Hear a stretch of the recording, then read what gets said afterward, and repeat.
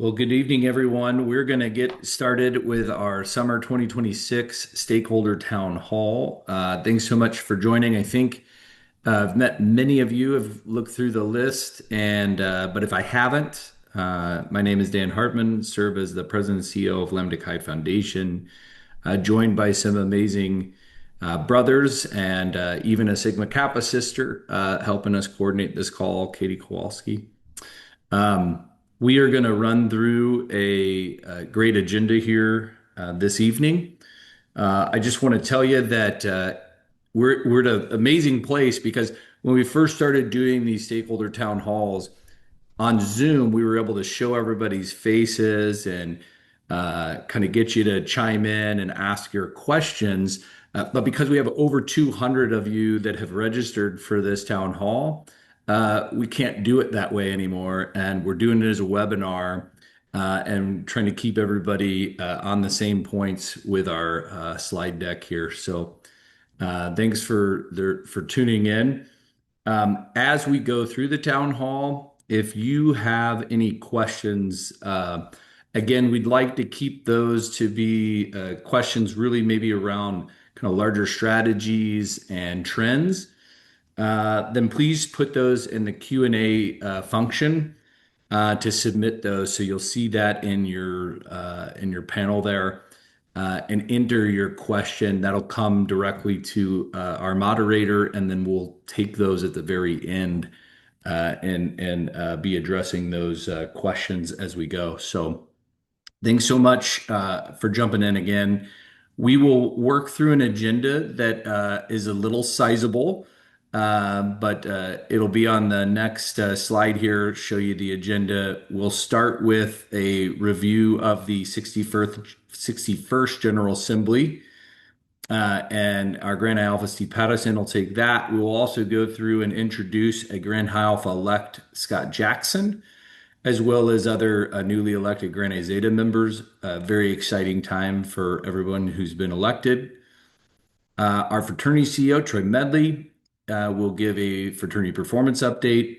And then the chairman of the Lambda Chi Foundation board, Bo Gebbie, will kick off a foundation update that will close things out, and then we'll get to some of your questions. So without further ado, I'm going to hand the baton over to our Grand High Alpha, Steve Pattison, to take it from here.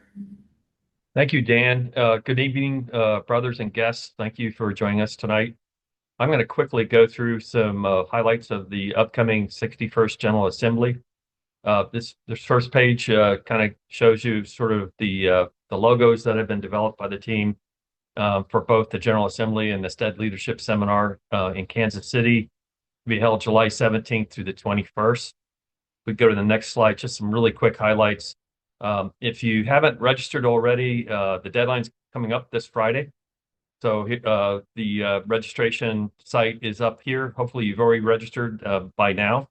But if you haven't, get it in at before Friday, the close of day Friday. And then quickly, just the agenda for the week. And again, there's a very high level. Friday, there'll be some early arrivals and some events. The Saturdays and Sunday will be legislative sessions and the ritual exemplification. There'll be some night events, including Order of Achievement, Order of Merit, and the Duke Flat Award. Monday, if needed, we'll have continued legislation, general session workshops, and then, of course, we close with the Purple, Green, and Gold dinner, and we'll have departures on Tuesday. So if you haven't booked your flights or your travel arrangements, go ahead and do that now, and we look forward to seeing you there. Go to the next slide, Katie. There's a variety of legislative proposals. I'm not going to go through them tonight.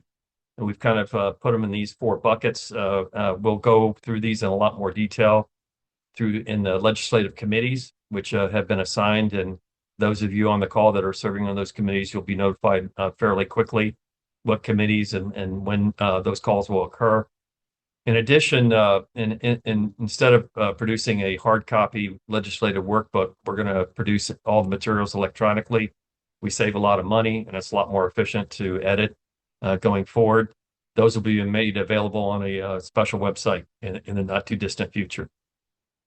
Let's keep going. Thank you. Katie? All right, STED leadership will focus on the high kappas. Being a former high kappa in my collegiate days, this is near and dear to my heart.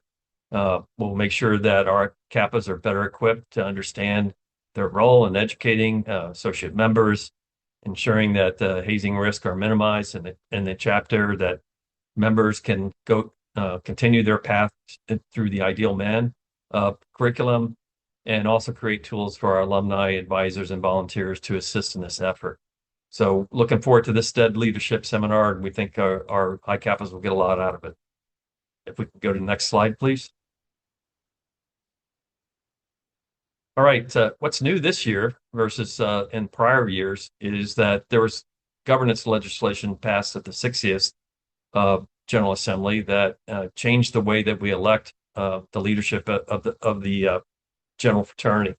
And what changes, instead of in the past having a nominating committee and then an election on the floor, we had a board development committee that went through and did all the heavy lifting for us, led by Fletcher McElreef and many other volunteers.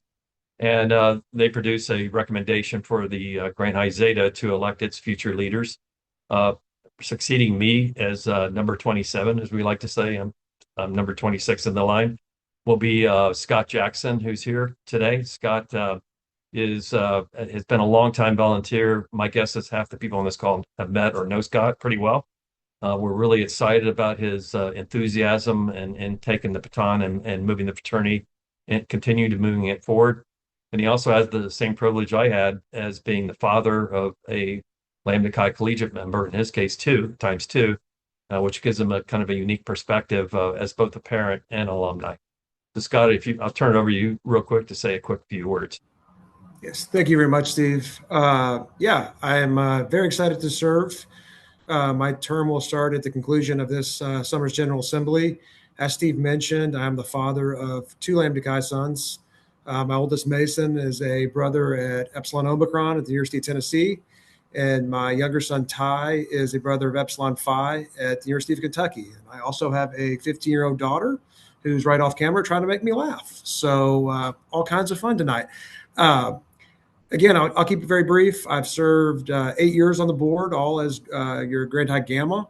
Served 6 years on the executive committee of the board, and I've chaired the Healthy Zeta committee, which is kind of like the chapter committee since its beginning 8 years ago. So I'm super excited and humbled to serve as your next Grand High Alpha. And with that, I will turn it back over to Steve. Thank you. And then the other members of the board, if we go to the next slide, that were elected by the Grand High Zeta, and their terms, like Scott's, will start upon the conclusion of the General Assembly and move forward. I'll go left to right. Mike Brady, who has already served one term on the Grand High Zeta and done a phenomenal job, among other things, leading the Ritual and Emblems Committee. Mike has been reelected again for another 4-year term, and we're thrilled to have him back. New to the Grand High Zeta, but not new to Lambda Chi Alpha in terms of a volunteer, will be Eric Berger, who currently serves on the ISAC and was an Order of Merit recipient. Joe Citro, he's actually a former ELC and chief of staff, so he can give us some institutional knowledge of how we've done things a long time ago. Brian Heckler, who has been a great volunteer member of our Audit and Resource Committee over the last 4 or 5 years. He'll slide right into this role, and we look forward to his stewardship, both financially and otherwise. And Todd Villardo will also be joining the Grand High Zeta. Also, what's nice about this being elected in advance, we're going to next week meet in the Office of Administration in Carmel and do a full day orientation. So these men will be ready to hit the ground running as soon as their terms start at the end of the General Assembly. So let's all welcome them, and we appreciate their willingness to volunteer, the willingness to serve and continue serving, and looking forward to their future leadership. So real quickly, just a reminder, we couldn't have a town hall without reminding everybody about the strategy map that we've been following really since the last 8 years. I'll give a shout out to Brother Jeff Sturman, who under his leadership, he was my predecessor, had developed a plan that really has stood the test of time. We've made minor adjustments to it, but it fundamentally is the same.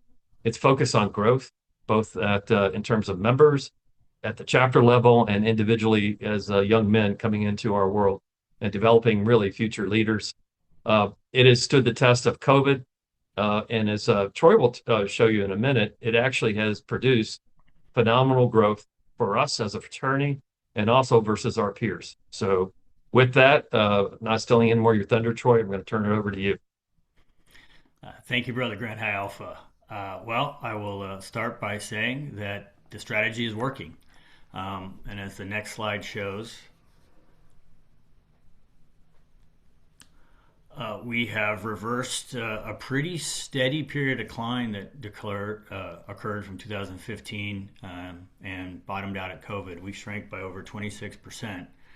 There were a lot of reasons for that, but the primary reason was a new generation, Gen Z, came to school in 2015, and they were as different from millennials as night is from day.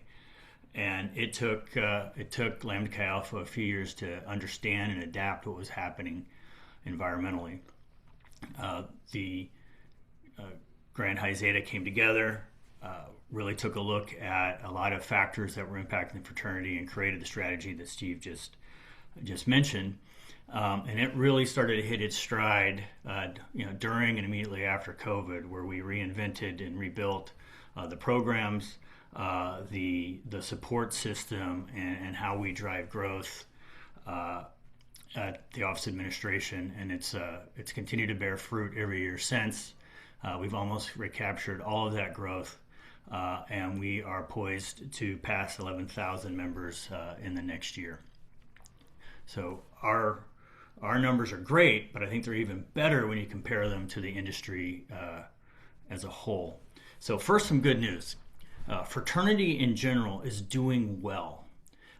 We had an industry decline from 15 to 20, but COVID really caused men going to college to really seek belonging. Now there's trouble environmentally. There's 1 million fewer young men in college today than were in 2015. That's continuing to decline. We've just hit the demographic cliff that will continue to decline. But those coming want a fraternal experience. So our peers are growing, but nobody's growing faster than Lambda Chi Alpha. We've grown by 28% since 2019, and we've grown by 34% since we actually hit our low point during COVID.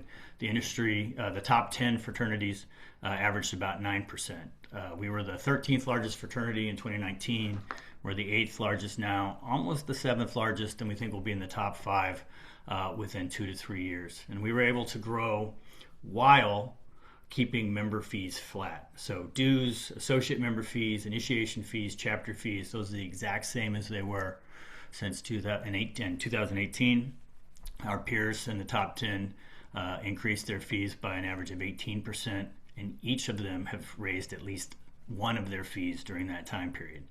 So we really worked hard to utilize organic growth and alumni donations through the Education Foundation to fund innovation. And we want to thank everybody who's helped us create this level of growth. If we go to the next slide, you can see it's not just big chapters. There's this belief out there, I've heard it time and time again, well, we're only growing because the big chapters are growing. Well, that's actually not true. We're growing across 4 of our 5 tiers. The year before, we had grown across all of our 5 tiers. 3 of the 5 tiers last year grew by over 30%. The only one that had a decline were our extra large chapters. Now, there were 2 reasons for this. 7 of the chapters decided that they were having a hard time managing growth once they get around that 140, 150 mark, and so they took spring recruiting off. And we had 5 chapters that were under disciplinary status. Now, this is an area we've put a lot of focus over the last 3 years. We've created a dedicated health and wellness team that works proactively with university administrators. And when an issue does come up, they work with those administrators, a collection of alumni from that chapter and from outside that chapter and that chapter's executive committee to cut with a scalpel rather than a machete. And let's get rid of the members that don't live our values and see if we can save the chapter. And that's proven very successful. Before 2022, we were losing 5 to 7 chapters a year for disciplinary reasons. We've only lost 1 a year each year since 2023, so 24, 25, 26. And this is allowing us to grow. This is one of the primary drivers of our growth. We are recruiting more, but we're also retaining more of our members. Historically, our membership churn was about 19% a year. About 10% of that was from chapter closures. It's down to 9%, and less than 3% are from chapter closures. So we're going to continue to focus on making sure our chapters operate well, so that we can continue to grow organically. There were some questions that came in about our growth strategy. So we are continuing to expand. We're averaging about 4 expansions a year, but we're really focused on helping our chapters grow internally. About 40% of our chapters are below the NIC all-campus average, and if we can get them to that number, we'll be at almost 13,000 members, and those chapters will be healthier, and it'll be a better experience for the members. So we're focused on both organic growth and incremental growth through expansion, but I'd say we're probably 70% really focused on helping our existing chapters grow. Which takes me to the future. We've done well, but I want to spend the rest of my time tonight talking about what our plans are for the coming year and the years thereafter. We have 5 strategic priorities. The first is to strengthen our foundation. We're in a very risky environment, a very litigious industry, and we need an ever-growing balance sheet to keep up. We're also exploring potential structural improvements that fit the current environment. 3 of the 5 largest fraternities in the last year became self-insured. We're going to ask a lot of questions this year, work with our alumni brothers in that industry and with Favor to determine if that's a potential route for us to go that would be better for our members. We also want to continue to grow and increase our impact, serve more men, and we really want to build stronger chapters, like I was just saying. And one of the keys to this is philanthropy.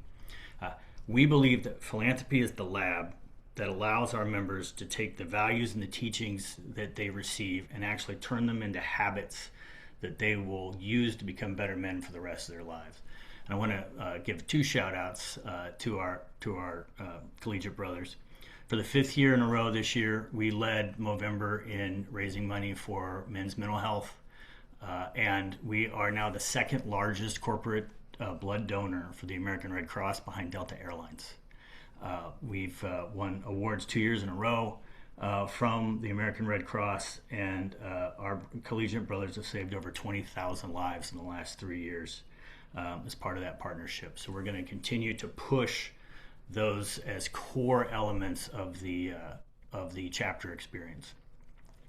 Then when it comes to new, we're in the middle of a technological and information revolution, and we are in the process of integrating our CRM, our financial systems, our payroll systems, and AI to make it easier for us to spot trends, figure out what's going on at the chapter level, figure out how we're allocating capital efficiently. Our desired outcome is to be able to give true intelligence reports to high pies and chapter officers so that they can make better decisions. So we're really going to spend a lot of time this year trying to make it easier for Lambda Chi Alpha officers to run their chapter. And we're exploring how to increase lifetime value of membership. Most importantly, can we help our alumni through programs to serve them for the rest of their life?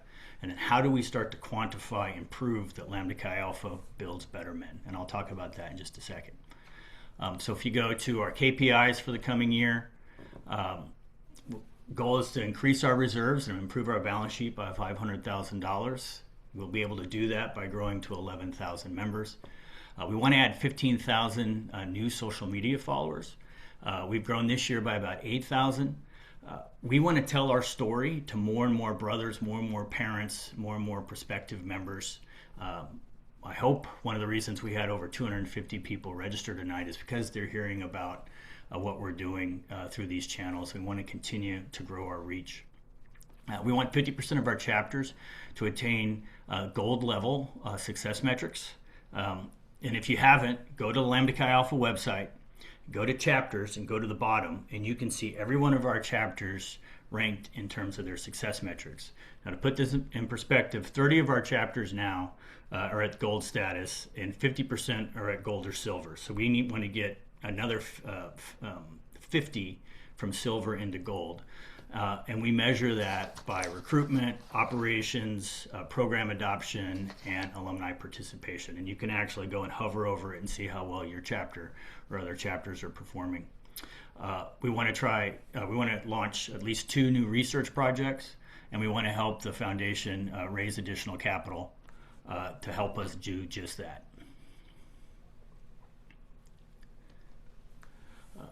I'm going to close by talking about 2 new innovative approaches we're taking to serving our members in the coming year.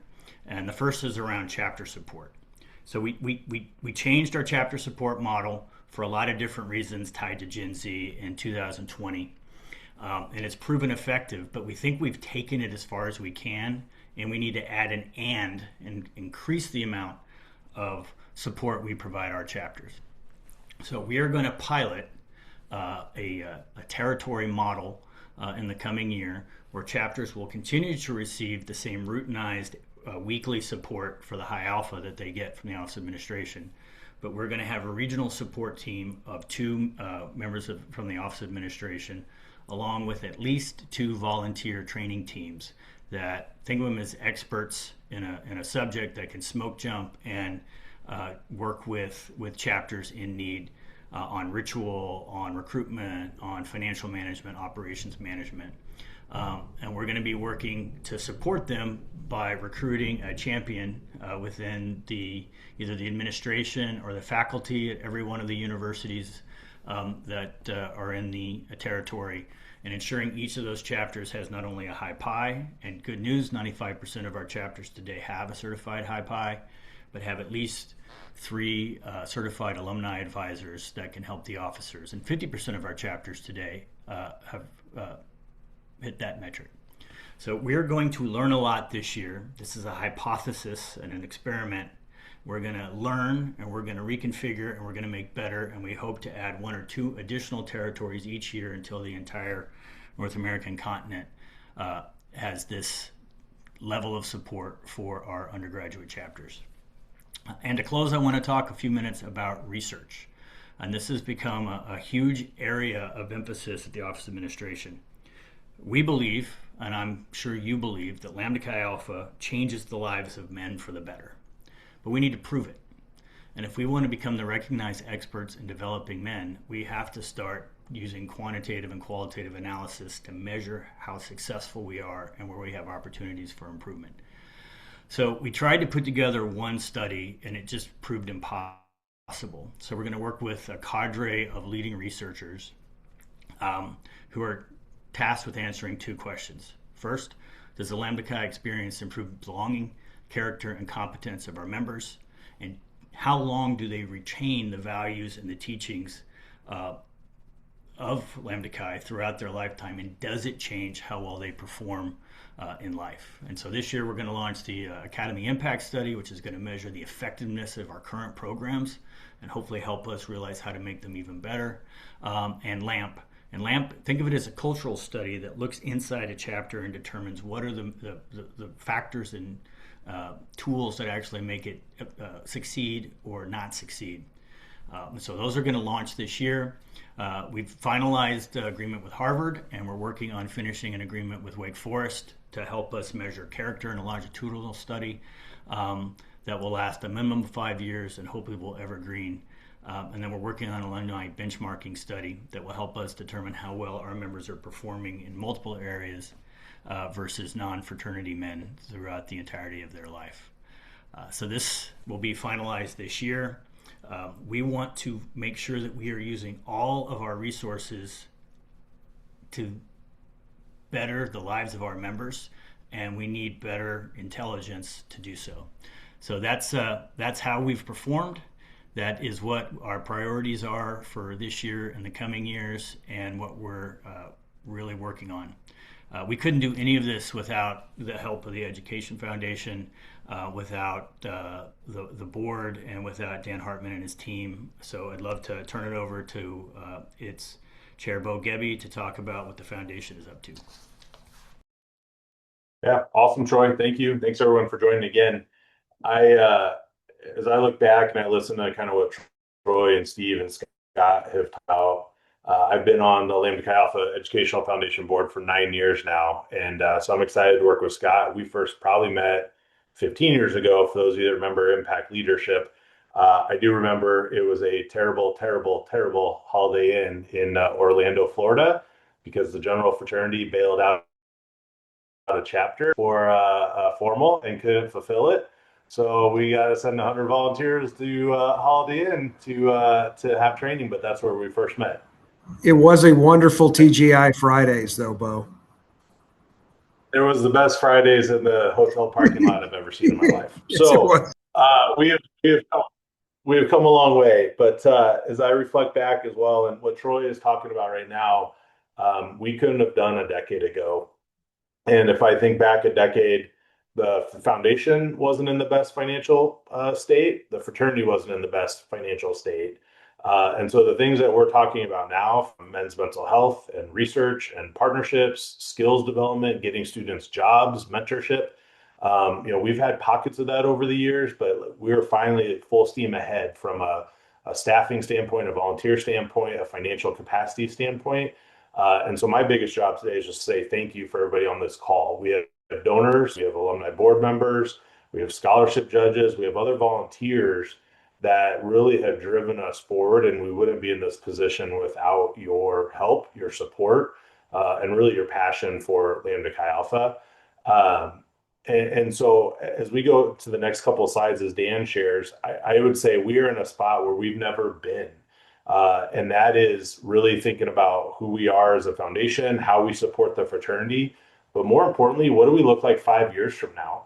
We meet with Dan every 2 weeks. I meet with Dan every 2 weeks. We talk about the campaign that we'll share, and I assume it's a given. We have a lot of hard work still to do, but I'm challenging Dan, and he's working with his team to think about 5 years from now. So all the things Troy is talking about, how do we future proof that, future fund that, to make sure that we're helping the next generation of men? So I will just put in my plug as you listen to Dan here on the next couple of slides. You've heard us talk in the preview mode before about our Men with public launch here at General Assembly. I would encourage you to join us in Kansas City if at all possible. If not possible, please help us spread the word on social media and digital after. The next 2 years of this campaign are going to be super, super important and super critical and super difficult. We need everybody helping share the message with us. So Dan, why don't you take it here for a little bit more of the details, please? Absolutely. And Bo, thanks so much. 9 years, it's a long time. And appreciate you serving as chair of the foundation board. Scott, congratulations. Steve, thank you for your service to Grand Alpha. Troy, of course, awesome working with you, and the innovation and the perspective that you brought has been fantastic. We're at a pretty special spot at Lambda Chi Foundation. We're at this opportunity where we really get to open things up and go full throttle, and bring so many more people into touch with what Lambda Chi does. It shouldn't be a secret anymore, that Lambda Chi changes lives, and that when we have men that go out there, they impact all these other lives. We've got evidence of that. And that's really what we started to hone in on as we were going through this process. And I'm going to share a bit more about the campaign. I think many of you have heard about it because I recognize your names, and we've had conversations around the campaign during this first phase of it. We have this huge opportunity to really uh, hone the message in and attract more people to Lambda Chi, to the mission, to what we're doing. And so as we went through this, we worked with a Order of Achievement recipient in Lambda Chi, his agency, to really get to the root of what it is we do. And when you boil that down, we prove that fraternity done right, which is Lambda Chi Alpha fraternity, is our transformational force for developing men with purpose. We also believe there's no man should face this world alone. And one of the things we continue to ask ourselves, and that donors ask us, what is that return on investment? And we're going to continue to come back to this brand promise. We're going to show you the investment in a man, how he impacts every life he touches, and then you're going to meet that evidence over and over again. That's going to be in storytelling. The fraternity's got a lot going on in storytelling. We're going to help, kind of enhance those pieces, call out certain ones for you here in the coming years. And so, to Bo's point, one of the best ways to kind of help, right? I sometimes I get it, Dan, I can't give you $1 million. It's like, we're not asking for that. We're asking for you to share the message. We're asking you to bring more people to know Lambda Chi. That's the first big step. And so everything we deliver on, we want you to, circle back with us. Let us know what else you need so that people can meet the evidence of that impact. And so that's what we'll be doing. One of the things we worked with the agency on then, as we were refreshing the focus and the work, was a visual identity.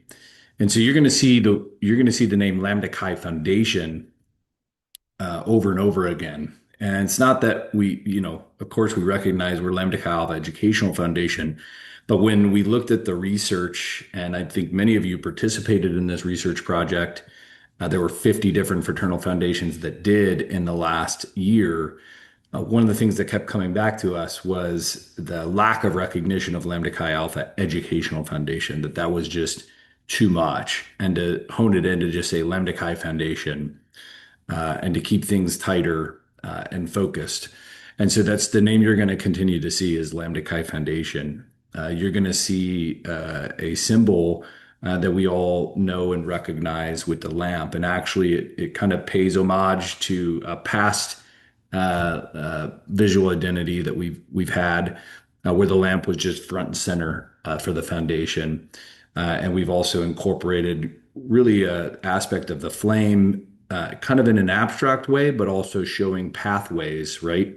So as we invest in Lambda Chi's lives, it opens them up to all these different pathways and a bright future that they have ahead. And that's thanks to the generosity of so many. As we look at our visual identity on the next slide compared to kind of our peers, we joked actually as we were going through this with the agency of like it's us and the shield societies. So you'll see all of them there. They got their different shields. It's nothing against the shields. Of course, we have a shield on our coat of arms.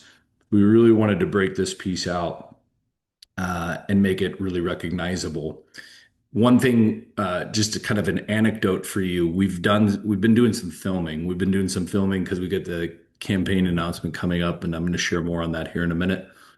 I thought it was really interesting. Some of the young men that we had come to do the filming actually weren't Lambda Chi's. I like to say they're future Lambda Chi's.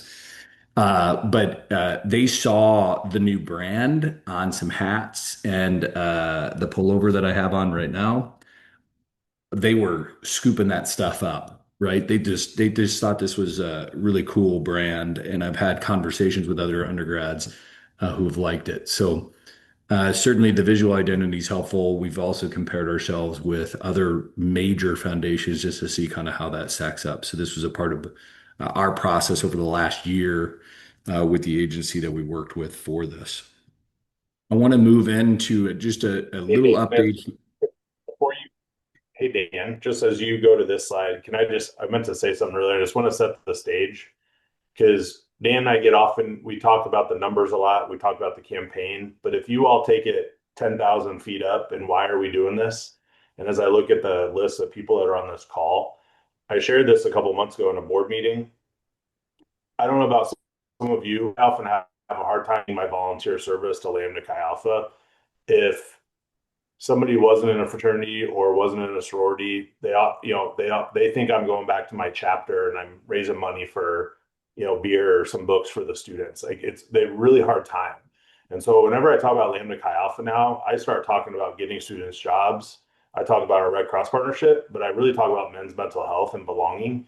And if you think back a couple of slides where Dan talked about our vision, one of the visions of the foundation and support of the fraternity, and we do this together, is no young man should have to face the world alone.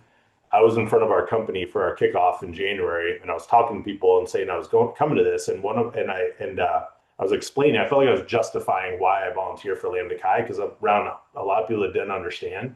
And I was talking about men's mental health and belonging, and I had a 22-year-old just out of college, came up to me as one of our business development reps, and he said, "Keep doing what you guys are doing. I was never in a fraternity, but my college roommates just committed suicide a couple of weeks ago." And he shared that with me. He's like, doesn't know Lambda Chi, didn't know anything, but he heard me talking about it. So I shared that, and I didn't want to interrupt you, Dan.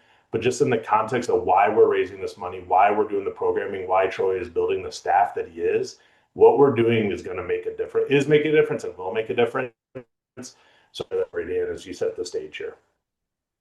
Oh, I appreciate that, and I think it's awesome to share that, Bo, and thank you for doing that. I think those of you on this town hall probably have those stories as well, and please, we want to know those stories. We want to hear them. We want to be able to share those out. Because it does change lives, and Lambda Chi is a leader in that. And so that's what we're, setting out to prove, especially with the Men with Purpose campaign. And so I'm going to give a brief update there, and then we'll kind of circle back here at the end to do just touch base on some questions. I know a lot are getting answered in the chat, but as far as Men with Purpose goes, we're going to go to an announcement phase here very next month, July 18th. But to date of the $60 million goal, just shy of 43 million has been raised. So thank you so much for all of you that are on the town hall that have been involved in this, that have contributed. When you see the numbers here, there's the outright number and then there's the deferred number.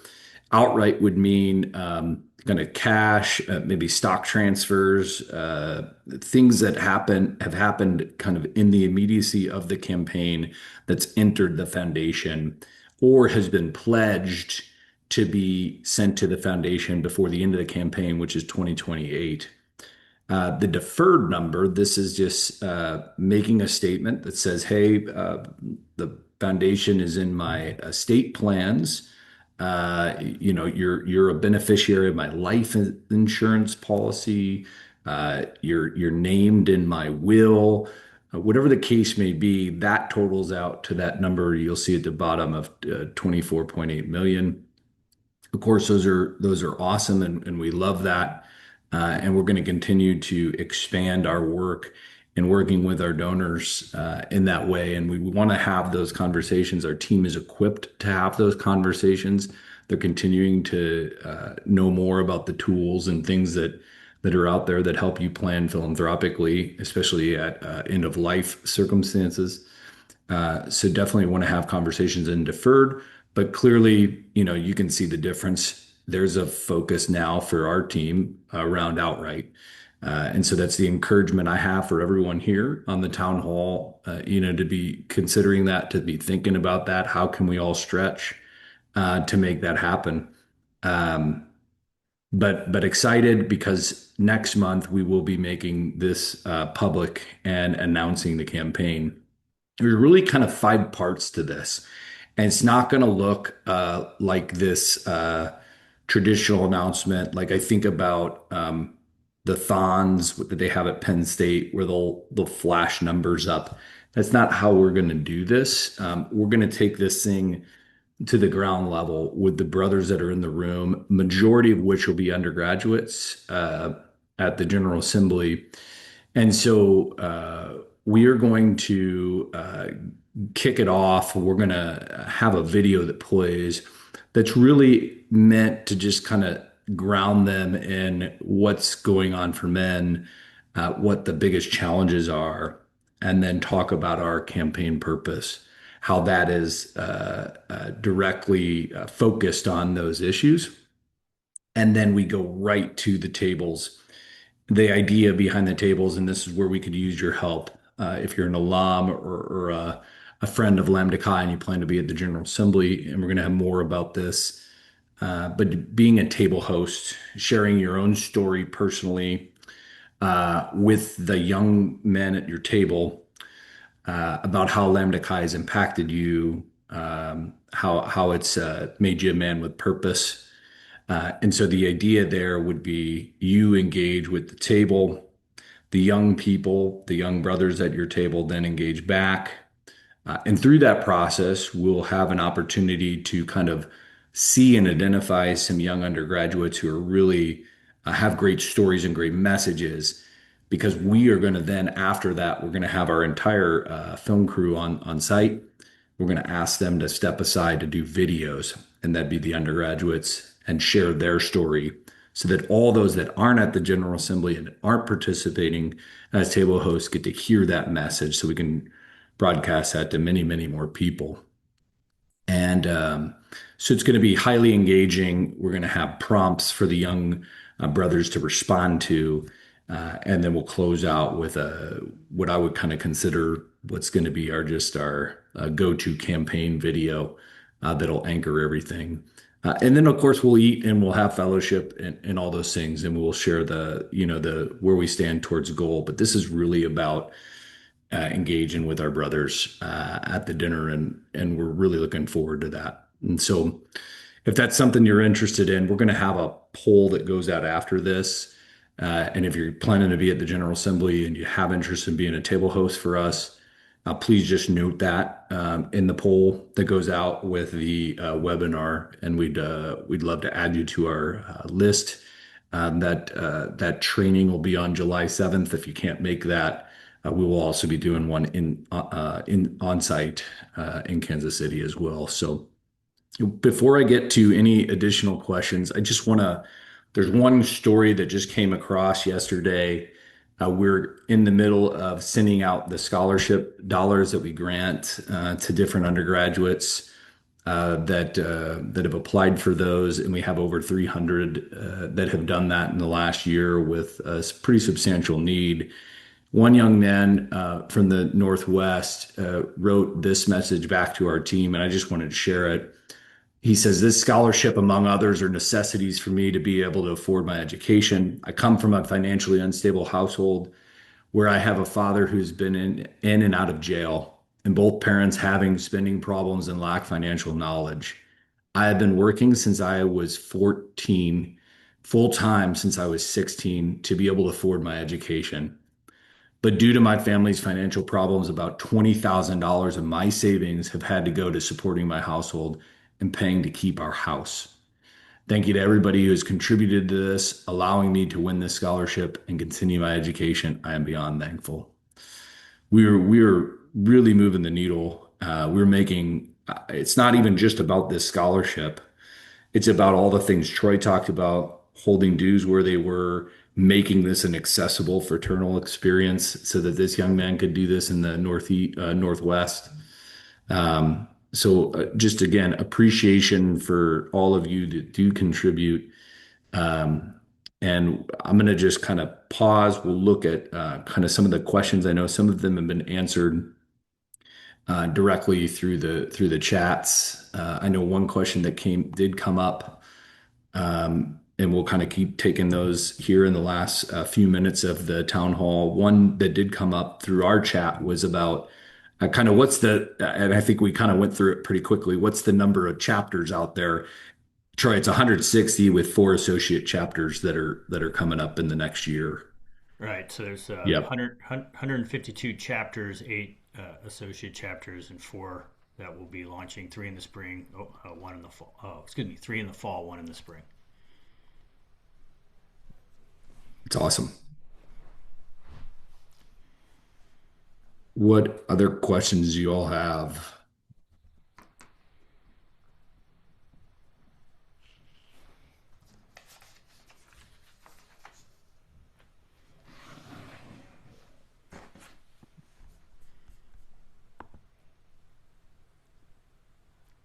One of the other comments that we had here, Bo, thanks for the reminder. We will include the link. So there is a special link. I have to remember this every time. Fortunately, there's a guy on our staff that I just go, did my blood donation count towards Lambda Chi's numbers? But there is a special link to use. And if you use that with American Red Cross, when you go do a blood drive, that will help the numbers roll up as far as blood given to the Lambda Chi big number. I recognize, I think Steve made the comment like, hey, where's Delta at? How many more pints do we need to give? Well, Delta's really far ahead, but I like the attitude. I think we appreciate that. We want a high marker. So the more we can get kind of using those links, maybe doing it with their businesses, the better. And we've seen some pretty awesome things with our young brothers who have never given blood before, having some courage, stepping in there, giving blood, and just feeling awesome about that. And really kind of a first exposure to service and giving back for others. And so it's been a great partnership. From my perspective, I think others share that. But anyways, we'll keep looking here. Yeah, we will have a great question from Ralph. This will come out as far as the just the PowerPoint. It'll be included as a part of the webinar follow-up along with the poll. And we appreciate you kind of filling that poll out for us. Dan, I got a question here. Troy, when you came into your role, there was a fairly aggressive growth strategy with scaled back. What have you learned that impacted that change in overall strategy? Well, our growth strategy hasn't changed.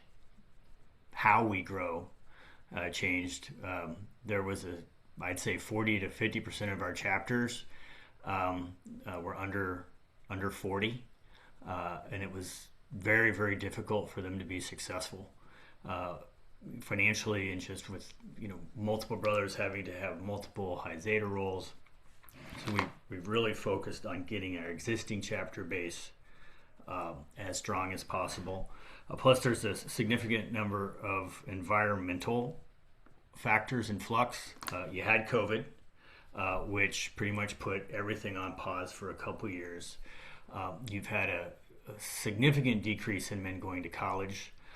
And those that are going to college are only going to the Power Four. There's 30 to 40% male decline at probably majority of the universities in the United States.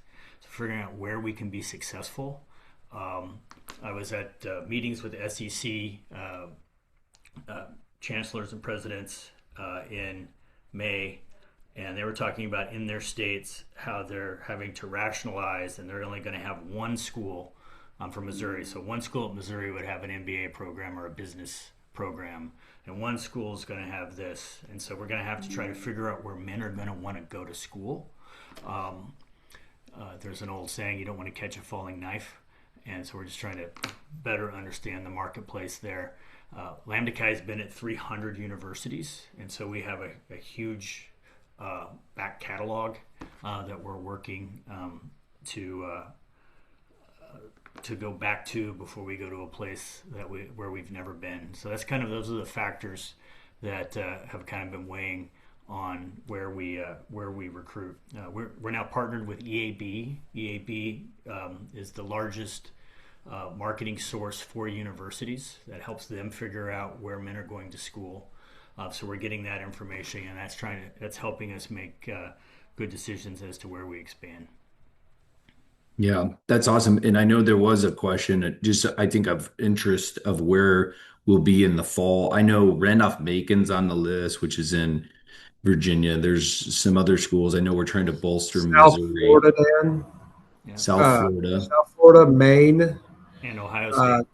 and Ohio State. Okay, there we go. Yep. And so those are where we're going. I know the person that asked that may have a interest in that school in Columbus, Ohio. Um, but thanks for the update there. I do know that I might have gone through it kind of quick because I had mentioned the table host piece for the campaign announcement. The campaign announcement is the Saturday night of the General Assembly, so that'd be July 18th. I'm not expecting you to remember that, but the ask would be if it's at the dinner. So you would be asked to be seated at the dinner with a number of undergraduates around. So we're actually asking. We recognize you all love the fellowship aspect of Lambda Chi, but for that night, we would ask that you go to different tables as table hosts. We'll prep you with this, but you're going to be sharing a bit about your Lambda Chi story engaging with those young students around the table, hearing about theirs, and then from there, determining are there a couple good stories here that the foundation team needs to record so that more people can hear that. That's a big goal there, excuse me. And then I know there was a question about more Neville colleges that will be announcing that very soon. But yes, there will be more Neville Advisors colleges coming in the coming year, and more to report on that soon. Dan, there's a question. Do we have a way to monitor how chapters are doing financially? Well, yes, we do. We work with them hand in glove. We can see how many of their undergraduate brothers have not paid the chapter. Uh, and that number is about 30%. So as of this date, school's out. 30% of our brothers didn't pay their dues in the spring. So a lot of that has to do with Gen Z being very, very afraid of confrontation and accountability. So we're working heavily. That's one of the reasons we're trying to have more alumni volunteers there that can help them develop these interpersonal skills to do the hard things, like say, "Hey, brother, you got to pay your bill. You can't go to this event." Um, so that's a great question. We don't do anything with housing corporations. Those are separate entities, and we can help them, but we don't track their financials per se. We can help them strategically, but not really track their financials. Another question was, please comment a bit more on the alumni benchmarking study. So, as I said earlier, we have the tools in place to study belonging and character development. We're working on kind of a competency study. How well do our brothers do in their career? How well do our brothers do in terms of remaining married, being leaders civically? We were working on a partnership with Gallup. Gallup decided that they did not want to partner with fraternities. And so we've had to find other sources. We found a group out of Tennessee, very expected research group, and we're talking to the University of Chicago about doing that study. But we want to know, how well are our members doing versus men that went to college of the same age that were not Lambda Chi's. We can't get it against other fraternities because they won't share it, but we can get it against the population as a whole. Yep. There was a really astute observation by someone. It doesn't give the name, but that's okay. That just 20 years ago there were 200 chapters, but it was mostly about 30 guys in a chapter, but we're obviously at less chapters, 160, but we have more members. Uh, Clearly, the math would just tell everybody, yes, we have a higher per chapter membership. Dana, So I can add some color to that as well. yeah. As the chair of Healthy Zeta during the 18 months of COVID, we probably lost a dozen chapters that had 12 members or less, just because, I mean, COVID may have been the ultimate reason that closed the chapter, but they were struggling when COVID started. So, that's it's 12 chapters, 12 to probably 15 chapters that closed. Non-disciplinary reason had just gotten down, and they were not doing well before COVID, and COVID just killed the chapter. Uh, that may be why you look at some of these numbers like, oh, we're only 160. Yeah. But So yes, the our industry as a whole, numbers are stronger now than they may have been 10 years ago. yeah. Scott, the industry as a whole is shedding chapters, but Yes, membership is growing. 100%. Yeah, and our average chapter size is almost 60 now, Yes.